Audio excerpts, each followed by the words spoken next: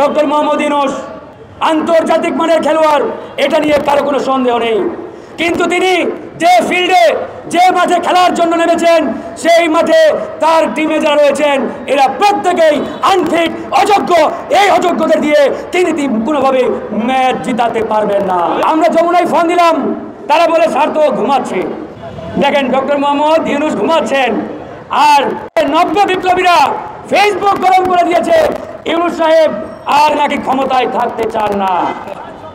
এই স্ট্যান্ডবাজির মাধ্যমে তারা তাদের এই নব্য ধান্দাবাজের যে দোকান খুলেছে, এই দোকানকে টিকিয়ে রাখতে চায় আর জনগণের সহানুভূতি আদায় করতে চায়। প্রিয় বন্ধুগণ, আমরা গণ অধিকার পরিষদ 5 আগস্টের পরে বলেছিলাম অন্ততপক্ষে ডক্টর মোহাম্মদ ইউনূসের সরকারকে 2 বছর ক্ষমতায় রাখতে হবে। কারণ তিনি 2 বছর ক্ষমতায় না থাকলে জনগণের যে আকাঙ্ক্ষা, জনগণের যে প্রত্যাশা, যে সংস্কার, গণহত্যার বিচার নিয়ে আমরা এই সরকারের দিকে তাকিয়ে আছি, এটি কোনোভাবেই বাস্তবায়ন সম্ভব নয়।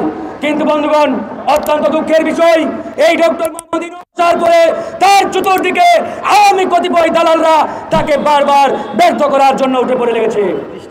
প্রিয় ভাইরা আমার, আজকে ডক্টর মোহাম্মদ ইউনূস আন্তর্জাতিক মানের খেলোয়াড়, এটা নিয়ে কারো কোনো সন্দেহ নেই। কিন্তু তিনি যে ফিল্ডে যে মাঠে খেলার জন্য নেমেছেন, সেই মাঠে তার টিমে যারা রয়েছেন এরা প্রত্যেকেই আনফিট, অযোগ্য।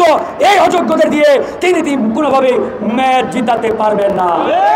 তাই আমরা ডক্টর মোহাম্মদ ইউনূসকে বলেছি, আপনার এই টিমকে পুনর্গঠন করতে হবে।